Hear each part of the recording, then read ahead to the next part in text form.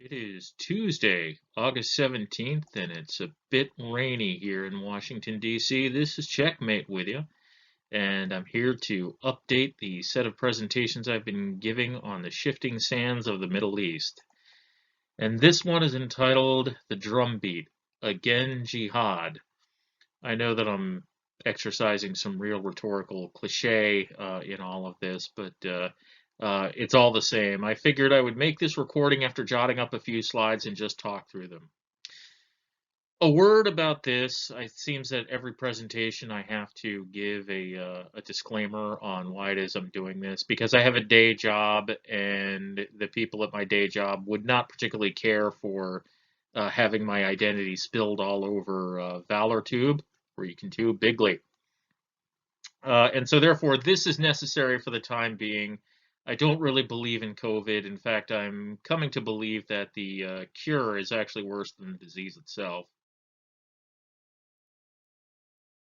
And so this is essential for now. There will come a time when I don't have to wear this anymore, but please accept my apologies that it looks ridiculous, a grown man sitting in his home alone wearing a mask. It's to obscure my identity. That's it. So, this is Checkmate, opinions formed by faith and experience. And again, the title of this presentation is Again Jihad. And so I thought we'd jump right into it. There's not a lot of graphics in this presentation. There's a lot of information to synthesize, some of which you'll have had in the previous presentations. I'm just going to recover some of that ground and add some personal anecdote where necessary, and toggle the highlighter here, the laser pointer. And as we approach the anniversary of 9/11, I thought it would be important for us to go into how we have evolved since then as a result of that environment, and then how we have devolved once again in view of what has happened in Afghanistan over the past 96 hours. So in re-examining jihad and how we got to 9/11, we have to remember that preceding 9/11, we had basically in the Middle East and the Islamic world, more writ large, we had what was known to strategic thinkers as the stability paradigm. The idea was maintain stability, put up with some nonsense on the margins, because an escalation into an all-out bilateral nuclear exchange between the two superpowers would be much more disastrous than the pinprick attacks in the Middle East. So the Middle East was effectively managed, us against the Soviets. What had developed in political circles in the Middle East is the primary divide within Islam between the Sunnis and the Shiites. The Shiites being championed by the Iranians post 1979 revolution, and the Sunnis being, for all intents and purposes, the rest of the Middle East. And this East-West divide did not neatly correspond to the Soviet-US standoff. It was mainly its own affair. Also, with the 1979 revolution in Iran, the issue of Muslim versus Jew became the currency of Middle East politics, and it was largely by marginal hotheads, because up until the 1979 revolution, the scorn directed at Israel was that it was an artificial construct. Remember, it was founded in 1947, and the Islamic world had been enrooted for pretty close to 1,300 years at that point. The difficulty in this is that it's a very selective read of Islamic theology, which contends that they're all brothers of the book, which should tell you that in their own theology that the founding of the State of Israel is a resumption of theological teaching. But nevertheless, Muslim versus Jew became one of the many overlays. When the Soviets invaded Afghanistan, it became these dynamics, primarily this one, became a useful construct in enforcing this one. You had the jihad in Afghanistan, and as stated in previous slides, it was the United States, the Israelis, the Saudis, and the Pakistanis, for all intents and purposes, as well as handfuls of people from other places, naturally, in what eventually would be considered by the acolytes of Osama bin Laden the Muslim conquest of the Soviets. If there hadn't been concerted effort and planning on behalf of the United States, it would have gone nowhere. and frankly, without Pakistani support, which the Pakistanis were really quite ready to do in the face of a steadily maturing threat of Pashtun uh, ethnic primacy in the region. It was a growing population. It was a strong population. It was an independent population. So the Pakistanis eagerly joined in. And so that war being concluded successfully in 1989, the next time we revisit the Middle East as a region with real concentration is the Gulf War. And during the Gulf War, of course, we were invited into the Kingdom of Saudi Arabia to set up a defensive bulwark against a further conquest by Saddam Hussein, who invaded Kuwait against Saudi Arabia, which was Operation Desert Shield. And then Desert Storm in January of 1991 was unleashed, and it was done so amid a great deal of division in the kingdom. The fact is that the Saudi royal family wanted us to be there, but there were dissident factions in the clerical establishment and distant relations of the monarchy, and it was most voiced by uh, Osama bin Laden, who was a young hothead, said he could get jihadis from Afghanistan to come in and fight tanks in the open desert. A bit of naivete there. And it was after that that we had the formation of Al Qaeda. Al Qaeda translates to the base. And what it goes back to is a set of documents that were written during the Afghan Jihad and continually in a state of updating and reconsideration, and it just held on that when the document was discovered on how to support jihadi operations, known as the book was known as Al Qaeda when it was discovered, I believe, by the FBI. It just became the name of the organization.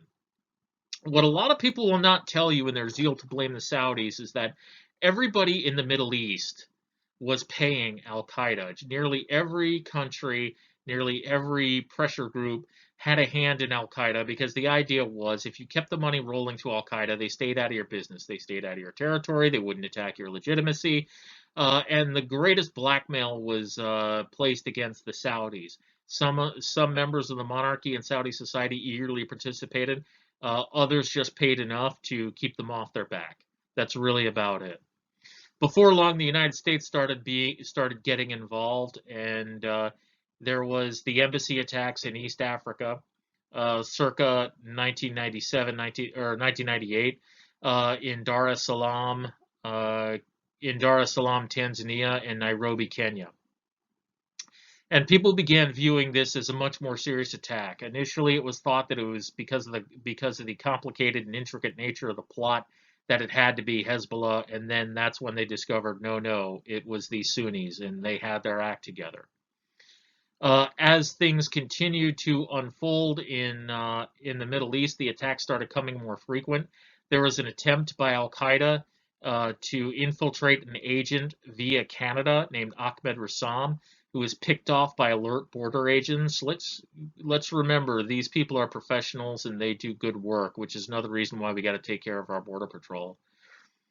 He had a number of pre-mixed high explosives that he mixed in Canada, and he had Los Angeles Airport circled on a map. And this was the year 2000 plot. Instead of blowing up Times Square, what they had planned to do was let New Year's seem to slide by without incident, and planes would explode over the Pacific Ocean heading west. You wouldn't find too many bodies. You wouldn't find too much of the wreckage of the planes. And they had already, in fact, tried this in the Philippines some months before, and they had had some success, but the aircraft was able to return to an airport, and they had a lot of lessons that they had learned. Then there was the USS Cole bombing. This was really quite daring. It was the USS Cole was a destroyer that had pulled into the Gulf of Aden in Yemen, and as is customary, the fishing boats and those who sell their wares on the water pulled up to the USS Cole. In fact, one of the jihadi who was driving the dhow that had the explosives on it actually stood up and saluted the sailors who were on deck on watch, and then it exploded. In the ensuing investigation, what they had discovered is that the USS the Sullivans had stopped into Aden as well, and they actually tried to hit that some months before the Cole was actually hit. So the actual planning and logistics timeline was considerably tightening up for Al Qaeda. And what people began to realize is that the idea of this is just a cost of doing business really no longer held. And it was a threat the government started taking much more seriously. Throughout the summer of 2001, Checkmate himself saw that the system was just going nuts with threat reporting. And then we had the 2 days before 9/11, we had the assassination of Ahmed Shah Massoud. And he was the most credible point at which you could base a counterattacking strategy against the Taliban and Al Qaeda in Afghanistan, and he was murdered 2 days before 9/11 itself.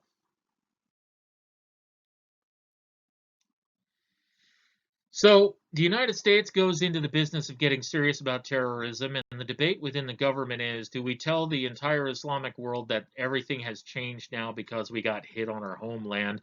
And the answer was kind of sort of yes, kind of sort of no. The Foreign Service and the CIA loved having an issue, not a resolution. The Defense Department, at least at an upper level, wanted to go ahead and change the discourse in the Middle East, and we settled on the invasion of Iraq. I'm not going to go into should we invade, should we not invade. I can tell you that if there was a lack of a plan afterward, it was because it was continually made difficult for those who knew that the president was going to invade no matter what to have to continue fighting off the Washington Post, the New York Times, ABC, NBC, CNN, MSNBC, and to a lesser extent Fox. We got into Iraq after a brilliant 21-day march. There really was not a coherent policy. Eventually, we set up an Iraqi government, and by 2004, the insurgency in Iraq was in high dudgeon.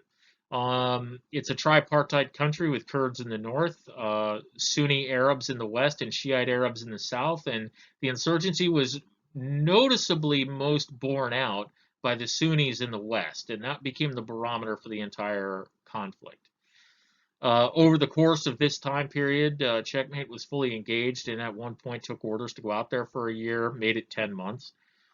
And the withdrawal debate was in high dudgeon, largely driven by the New York Times, the Washington Post, and a number of Beltway insiders who were all hedging their bets. ISIS was born in late 2006. And a man named Abu Bakr al-Baghdadi became known, and he was the presumed caliph. The caliph is leader of the Islamic Caliphate, which is a contiguous empire, a territory, if you will, and the caliph is basically the king, the super king, if you will. At the same time that he is coming out, the idea of a surge actually is born. And as Checkmate got on a plane to fly home that night, George Bush made the decision that he was going to go ahead and increase the number of troops to go in there. And those troops became necessary to quiet and quell the insurgency enough that Iraqi society at its basic working level, being the tribes, could be worked with. So by 2008, Marines in Anbar province in Iraq are getting bored, and it's gotten so stable that the Iraqis even opened a KFC. And Barack Obama becomes president in 2008. By 2010, Iraq is abandoned, as this guy, Baghdadi, is still stirring. Outbreaks the Syrian civil war circa 2011, and the United States took up a side. We took up a side with the Nusra Front. The CIA was in charge, and it was worked through Turkey. And it was at this time that Barack Obama was working most of his Middle East policy through the Turks. And it was when Benghazi happened, which was an attempt to clean up what had happened in both in Libya and Syria at the same time, that the policy changed and an Iran policy on the part of the Obama administration was born. So in all of this, and this is not in any particular order, and I apologize for that, we have mass migrations out of Africa and the Middle East. It becomes fertile ground in Europe and America for self-radicalizations to happen. By 2015, we see lone gunman attacks, so to speak. We have the Paris train episode. Terrorism is becoming a political currency, and it has no discernible sponsor. And really what it came down to was it was the mass excuse for a security state by the international deep state. I don't know how else to put it, but there you have it. Is that terrorism was run by nobody and everybody at the same time. Along comes Donald Trump. He turns the screws on ISIS, increases the bombing campaign, makes more forces available to the military, asks them to keep a light footprint, but do what they've got to do, and oh, by the way, take the oil. And at the same time, he's attempting to change away from the stability stability paradigm and all of the associated sicknesses that you saw in an earlier slide, anti-Semitism for a Sunni-Shia divide, attempts to negotiate the Abraham Accords as a means to once again change the subject, this time without firing a shot. But one side wasn't playing, the Iranians, and therefore the critical personality of Shiite terrorism is the decision is taken to kill off Qasem Soleimani. This was a one-off huge victory that Donald Trump never got credit for taking, because this was an instant game changer. And it's in light of just how dependent upon Qasem Soleimani as a personality the genius of this stroke really was. And I think General Petraeus really had it right when he said it was bigger than bin Laden. But nevertheless, the Iranians are still a belligerent out there. Their domestic situation is under increasing pressure, and things are getting worse for them. And we have the Gaza war against Israel. It is seen as a earlier presentation on the Gaza war and its aftermath. It's not in this series, but it's certainly on the Valor Tube, where you can tube bigly, on the Fighting Checkmates Group media. And you'll see that in the aftermath of this, the clear winners were the Iranians and not Bibi Netanyahu. Fast forward to where we are today. Kabul falls just a couple of days ago, and the scenes coming out of Kabul are absolutely heartrending, which is leading now to speculation while the Kabul airport is being evacuated is how far advanced is Al-Qaeda in reforming itself in Afghanistan. I believe there are too many talking heads who want to go back into the counterterrorism talking head business, who are already speculating on this, that something has to be advanced. I have come to believe, after having worked counter-terror issues, albeit at the margins in my career, that this is not an inside game. This seems to me as confected as Bernie Madoff's cooking the numbers. ISIS already has had a presence in Afghanistan, and really when you're talking about these two groups in Afghanistan, you're also talking about Pakistan. What'll it look like? Will it become a hybrid threat? Remember, Al-Qaeda was basically an organized shakedown operation with terrorism that was kind of sort of attached. And what has it become? The last time we touched Al-Qaeda, it was under some level of positive control by the CIA under the form of the Nusra Front in Syria. Al-Qaeda had effectively become coin of the realm. Its rival in Sunni extremist circles was ISIS. Much more informal, much more organized.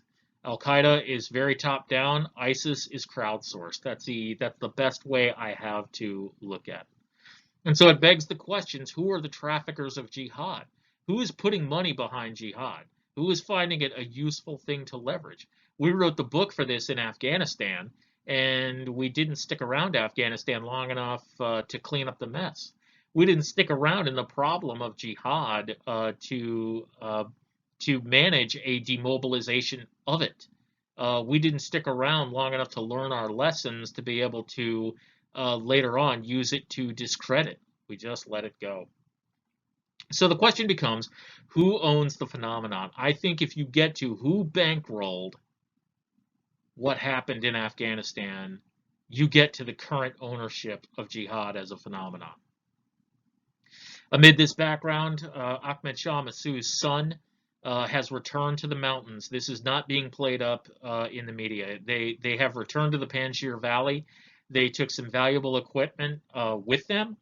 There is an article in the Daily Mail about it today. And here on the home front, what we have is a concerted effort. If you look very closely at what the Department of Homeland Security and the FBI are putting out, there's a concerted effort on the part of the United States government to lump Make America Great Again in with jihad. what kind of bunny hole have we fallen through that both of these ideas are equal, number one? Number two, that they both share the company of the guilty. This is how out of control and insular Washington, D.C. has become, people. Um, I am not going to start assigning who the true enemies are, but you can guess where this one is going. Because already we have the 9/11 Commission hasn't been revisited. However, Saudi records are.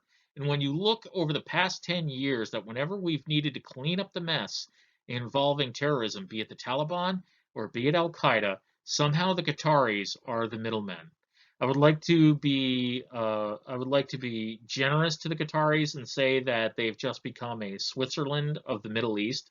But I believe when you look at the Turkish relationship to Qatar, the Iranian relationship to Qatar, the Taliban's relationship to Qatar, I believe there's something just a little bit more sinister in play here. And again, I am not directly maligning the ruling clan of Qatar, but there is either an inertia there to deal with these things, or they don't know how hard they're getting leaned on by the rest of the world to be the go-between to the bad guys. And so, in the run up to the 9/11 anniversary, history is being revisited, and it's being revisited through the headlines. Why? Because the headlines really don't matter all that much. They just sort of get you from one day to the next. And what is happening in all of this is that there isn't an actual thorough revisiting of what happened in Tora Bora. Probably the best recollection to read is Gary Bernson's book Jawbreaker. The There is some dispute as to where Gary came down on the subject of was he ordered to, uh, and Gary will tell you to your face, as he did me. I left there thinking I had to have gotten him, that he didn't know. I believe that he believes that in his heart. However, questions are getting asked about that operation in the run up to 9/11, just as the question has opened itself with respect to the 9/11 families who deserve an answer on how deeply the Saudi royal family was with respect to financing the 9/11 operation. But I believe the more key question with respect to what Joe Biden has authorized to be disseminated to the public, the bigger question is who in the CIA and who in the Foreign Service authorized their travel, and who in the United States helped the terrorists, who gave them a pass, who conveniently turned the other way, who on our side is at fault. And that is the question I think the families are really not going to have the satisfaction of. Is that American accountability is really slow in coming as the American deep state is trying to save its own skin in the context of this new terrorism. And by the very fact that Kabul has fallen, we're already being set up for the next epic of this Frankenstein called terrorism. When, if you look back, Al Qaeda was effectively defeated as an organization after the invasion of Iraq. All we had to do was consolidate it and show the world that we were actually serious about the freedom agenda, not by exporting democracy as much as people needed to do it for themselves, that the power of the idea was solid. And they should come up with the structures to implement it, not an artificially imposed government like the one that just fell in Kabul. And the same goes for the Iraqi government, is that the tribes needed to run the place after we invaded at the outset. One might say this is Monday morning quarterbacking on Checkmate's part. Checkmate thought this while he was in Iraq and made his opinion known, and his bosses did not want to hear it. They just wanted their next embassy and continue living a diplomatic high life. Checkmate's heartbreak here. Nevertheless, where we all go with this new threat of jihad, it's going to get interesting. I think what I have shown by this presentation that over time, it has gone from being a neglected threat at maturation to being a managed threat to being a trafficked with threat. And I hope that that is what you get out of all of this and in the debate that is taking place among the Washington zeitgeist now. This briefing has run too long. I thank you for your attention. I thank you for listening. I believe that within these various presentations that I've given, that the Lord has seen fit to give me some words of wisdom to embed in there, and I appreciate your patience and perseverance. God bless you all. Good day.